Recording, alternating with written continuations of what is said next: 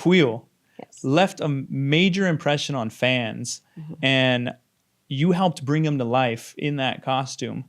How did you bring him to that screen and allow him to show so much emotion that stuck with fans even throughout the series? With Kuiil, it was a lifetime of work. We also had Academy Award winning actor Nick Nolte with us every day. John Favreau and Dave Filoni, they met with him and they recorded lines with him, one afternoon. And he gave us at least 3 different ways of saying the line, different tempo, different emotion. And so then when we went in to do the rehearsal first thing in the morning, we got a feel for how it was all coming together. And then the director would come over to the puppeteering station and we would choose the lines and stuff. And then I'd have him in my earpiece. They had speakers on set so that everybody that wasn't wearing a head, could hear the dialogue as well and be able to hear the pace. And, every once in a while, the first couple of takes wouldn't necessarily be seamless for my team because it was me, Nick Nolte's beautiful dialogue, and 3 puppeteers. Yeah. So it was a big group. And it was Star Wars. This was the first of its kind as a television series, and the cast, the crew, everybody, we were all there because we love Star Wars, and most of us grew up with it. And so there was a deep love and a deep respect and appreciation, for it. And so that's, I feel like, what the magic was. We showed up early and we were rehearsing early and we were ready to go. And yeah. And for a set that grand, what's that feel like, stepping onto stage and then working with the puppeteers? And I mean, Nick Nolte as the voice, it's got to be unreal. Yeah.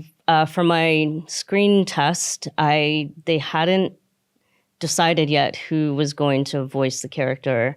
And so there was a scratch track, and I'm just grateful that me and my puppeteering team, they saw something in us together as we blended and meshed into this character. They were like, ooh, yay, okay. And so then they really went after who they thought would fit, voice-wise. And then they told me it was Nick Nolte. And I was like, oh, no pressure, no pressure. And it was like, don't screw this up, miss.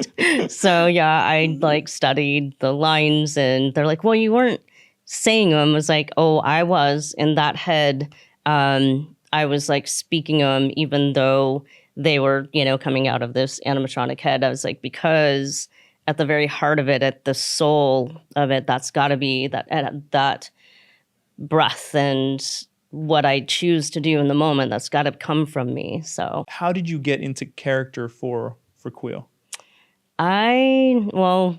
When I put the entire costume on, I remember at Legacy Effects, it was our final costume day, and the entire costume was built, and all of the I had everything that the costume department made and brought over. And then we kind of walked around to all the departments so that everybody could see their work that had all come together. And I was like, ooh, I need to up my amount of squats that I'm doing. Yeah. And my, core and just all of, I needed to rearrange the way I trained physically for it. Is like, okay, this is heavy. Okay, it's gonna be okay. So that physical training, I shifted and adjusted for that. And then just paid attention, and every single night I went through my, the lines and the scripts, and I did research because you see Ugnaughts for a brief second in The Empire Strikes Back. I asked Dave and John, it's like, do you need me to have any characteristics, or is there anything specific that I need to make sure that I do? And fortunately, they're like, no, just do your thing. And I was like, okay. Yeah. You know, as far as the physicality of him, through my work at Henson and doing stunts and stuff, I have torn both of my calf muscles. So Oh, wow. I chose to give him a little limp, and my right calf muscle is still healing. And so, you know, he's been around for a while and has had to do some serious labor for the Empire. And I was like, okay, through all of that kind of work and stuff, it's like, you know, he's worn out. So I mean, I decided to give him a limp. Naturally, he would have a limp, Yeah, right? so, right. That's Just, yeah. So little things like that. And they're like, well, how did you remember to keep it on the right leg? It's like, because that is, you know, from, you know, having that injury and stuff and having to work through that, it was easy. It was there anyway. Yeah. So with the wear and tear on my own body, I could feel it. and what was it like working with Pedro Pascal, Carl Weathers, and what was that like? At first, nerve-wracking. I was like, what am I doing? How did I get here? But they're the nicest people. You are on set with them, and there's always, when you have not met them yet, there's a formal introduction, and they're the most warm, you know, kind, inviting actors. And it just was, it felt weird to me because when I got an email, especially for season 2, saying, hey, just so you know, our schedule's changed a little bit. You and Pedro will be having a rehearsal with Peyton, you know, your director, on Monday. And I was like casual, like on my bed, just chilling. And I sat right. I was like, wait, what? Yeah. I'm working with Pedro. Yeah. So after I had like a brief panic attack, I was like, okay, let's work on the script. So, you know, always coming in prepared is the best. Did you already have the whole kind of storyline of how it was going to grow and how your character was going to develop, or do they just kind of take it episode by episode? No, you have to prepare that beforehand because it's completely shot out of order. Like I did scenes from chapter 1 as well as scenes from chapter 7 on the same day. And so, yeah, in my scripts, I wrote notes, and specifically, you know, knowing that that's how production was shooting for various reasons. You know, we shot exteriors and they were just trying to keep it as efficient and streamlined as possible. So, yeah, you have to do that work ahead of time. There were certain things that I knew I wanted to do, and to be kind of mindful of where we were, you know, because Mando and I, you know, with Kuiil, definitely had a journey of becoming, you know, friends, becoming, for him to trust somebody, knowing his backstory. And he's just born into survival mode, just like Grogu. So trusting somebody is, you know, not easy for him. So, yeah, just making sure I had written those notes down of certain things I would want to do. Yeah. So.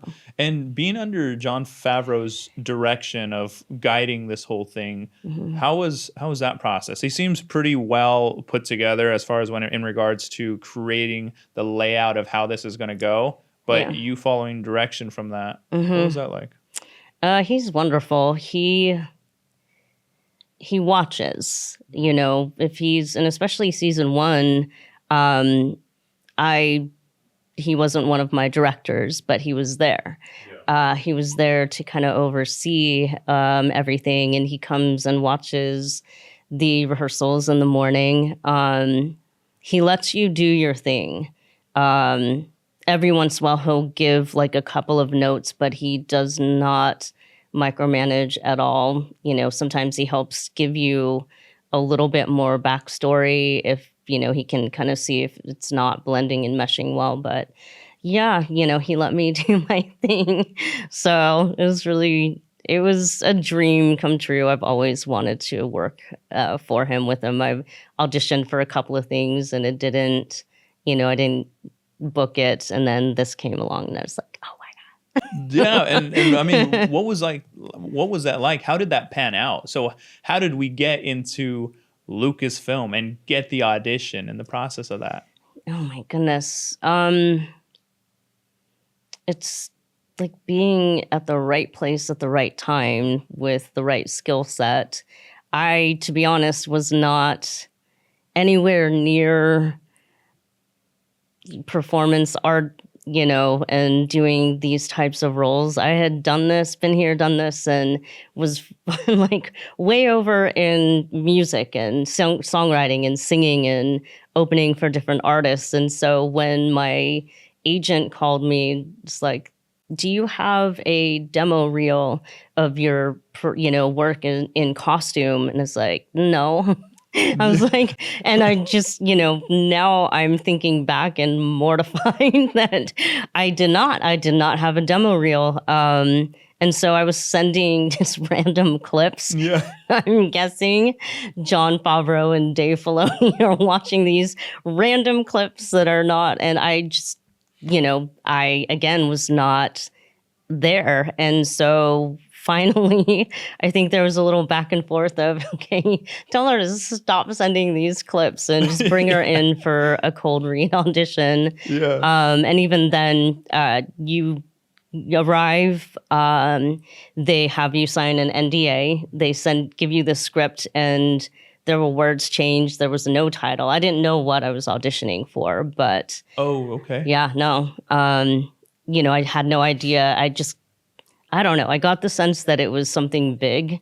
But again, my journey as a yogi, as a yoga teacher, as a yoga practitioner, that is really what kind of helped me. That's what I used for the audition. So a lot of times people ask, is it this linear journey? And it's like, no, it's everywhere. The best advice I could give anybody at any given time is just do the things that your heart, is pulled to, that you're passionate about, period. And don't worry about the rest.